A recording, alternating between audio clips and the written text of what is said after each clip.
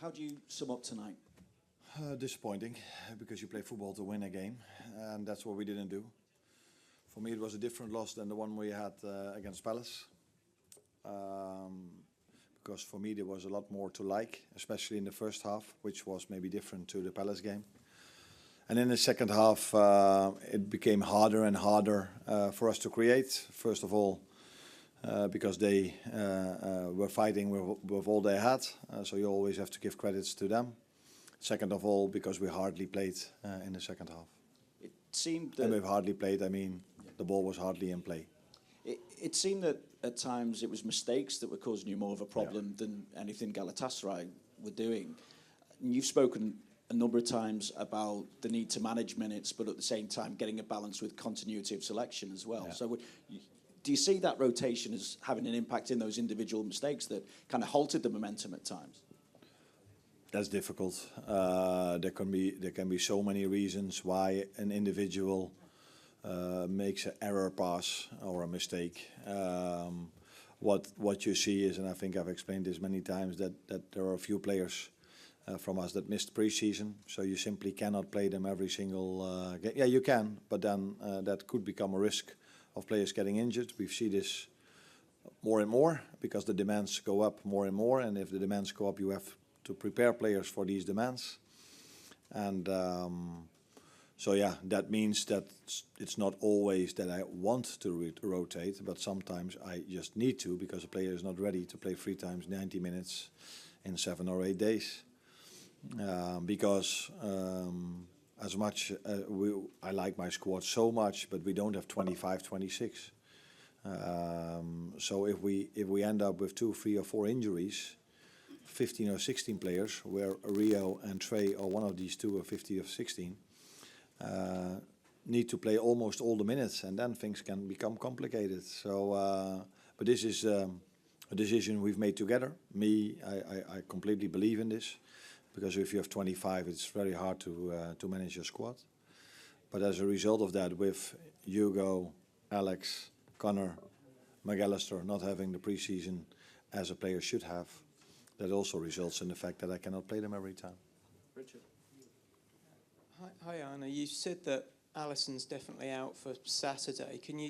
What actually is the injury, and how severe do you think it is? No, when he sprinted back, he felt something. So yeah, we have to. I cannot tell you because I'm not a physician. Yeah. But normally, when a player, when he sprints back, feels something and he goes to the floor and doesn't come back onto the pitch. That's, by the way, what did Dave 112 times, being injured and coming back on the pitch without any pain.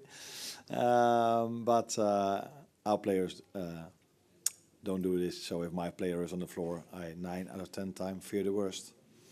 And with the worst, I mean that he cannot continue, and that's what happened with Alisson. So yeah, then normally he will not be able to play Saturday. That's 99.9%. I've already said 100%, but let's make it 99.9. But I think it's 100. Hi Arne, can I just check on Hugo Ekitike as well? It looked like he seemed to pull something when he stretched. He felt something when he had to reach for the ball. I think we all know which moment it was, when we were trying to force something. And I think at that moment of time on the other side there was someone on the floor as well. So the referee blew his whistle, and I wasn't even thinking that we had an injury. But yeah, Hugo felt something, and after the game. But yeah, that's always the difficult thing with these moments. Then players feel like, it's not too bad. But yeah, when you just walk around, it's something different than when you make a sprint or when you have to shoot on target. So he said he couldn't continue, so we had to take him off. Let's see how he is for the weekend. I'll just also ask you about your right side today. I know Dominic Szoboszlai's played at right back, but seeing Jeremy Frimpong quite high up the field, is that something you want to continue with Dominic playing at right back? Is that an issue you need to sort of resolve? Nah, Jeremy played a lot of times as a wing-back, right winger at Leverkusen. He played there in pre-season for us. He's one of the players that can replace Mo in that position.